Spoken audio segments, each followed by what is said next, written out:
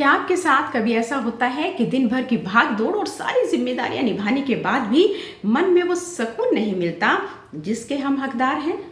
हम अक्सर सोचते हैं कि क्या शांति को पाने के लिए काम छोड़ना पड़ेगा, या फिर इस तनाव भरी दुनिया में रहने का कोई और भी तरीका है क्या?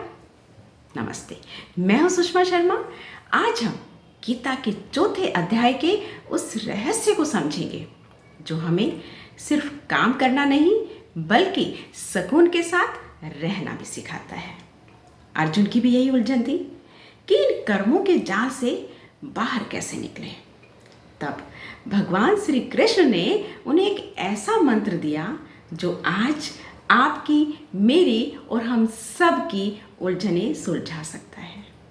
इस अध्याय में श्री कृष्ण अर्जुन से एक बहुत बड़ी बात कहते हैं, नहीं ज्ञानेन सदृशम पवित्रमिह विद्यते, यानी इस संसार में ज्ञान के समान पवित्र करने वाला कुछ भी नहीं है। लेकिन यहाँ कृष्ण जिस ज्ञान की बात कर रहे हैं वह कोई किताबी जानकारी नहीं है, वह ज्ञान है स्वयं को जानने का।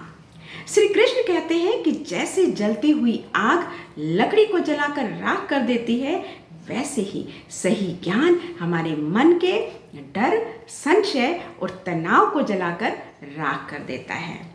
जब हमें यह समझ में आ जाता है कि हम जो भी कर रहे हैं वह उस परमात्मा की इच्छा से हो रहा है, तो उस काम का बोझ अपने आप खत्म हो जाता है।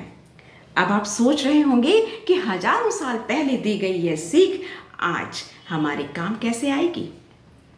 इसके लिए 3 बड़े सूत्र हैं। कृष्ण कहते हैं कि काम करते हुए भी भीतर से शांत रहिए। आप अपना 100% योगदान दें, लेकिन उसके परिणाम की चिंता में खुद को मत जलाइए।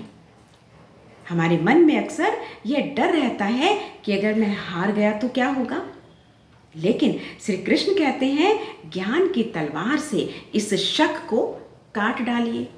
जो इंसान पूरे भरोसे के साथ कर्म करता है, जीत उसी की होती है।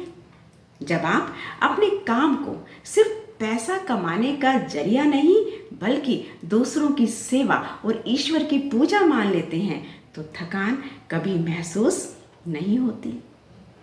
तो दोस्तों, आज अध्याय 4 का सबसे बड़ा निचोड़ यही है कि अपनी जिम्मेदारियों से भागे मत, बस अपनी सोच बदल लीजिए। जब ज्ञान और कर्म एक हो जाते हैं तो जीवन बोझ नहीं, एक उत्सव बन जाता है।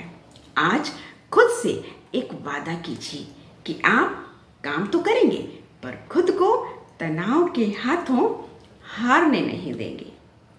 गीता जी की ये सरल व्याख्या आपको कैसी लगी, कमेंट्स में जरूर बताइए। कल मिलते हैं एक नए अध्याय के साथ। जय श्री कृष्ण।